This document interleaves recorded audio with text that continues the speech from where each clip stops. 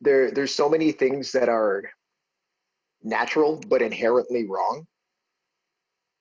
Like when you draw the firearm of bringing your arm straight up in front of you is to try to meet the sights to your sight line Right. is not how you would want to do that.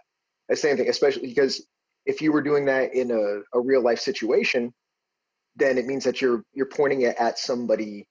Once again, you're pointing at somebody or something that you intend to destroy.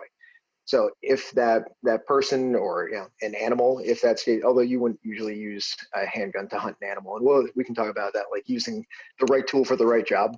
Um, but if something's advancing on you, you don't want to have your full arm length come straight up in front of you because then the swing and the time and everything it doesn't match up well. Instead, you want to bring it up to your chest and extend out from there.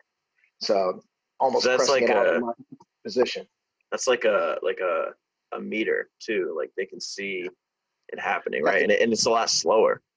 it's a lot slower and it takes you longer to actually get the barrel on target.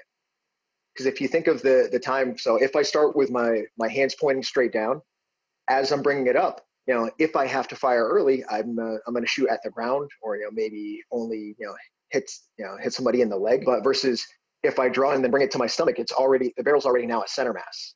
So even if I have to fire with my hands tucked in tight to my chest, it's already pointing at potentially vital targets. And then from there, they call it railing. I can rail in or out depending on how close my target is to me. But the barrel is still pointing at the exact same spot, whether it's in tight to my chest or straight out away from me. It's still center mass. Does that make Um, sense? definitely, definitely. Keeping it close to your center of gravity and having more control over it in that way. Yeah, Exactly. Yeah. definitely. And that's a really good way to put it is control. Is that two hands on. Trying to shoot one handed like you see in the movies is it's risky at best. And they're trying to